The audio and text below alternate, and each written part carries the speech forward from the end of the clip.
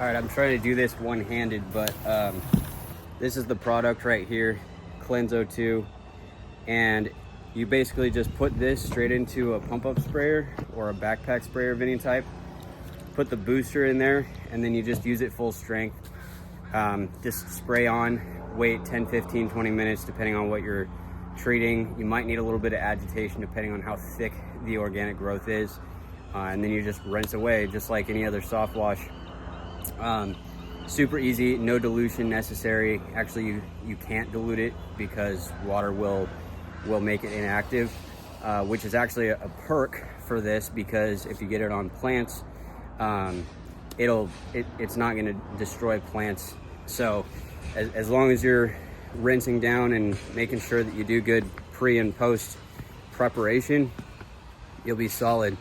And this stuff doesn't hurt animals, and like it's a great alternative for bleach and also any of your zinc or iron oxide treatments that people put on roofs and all sorts of surfaces. So yeah, love this stuff.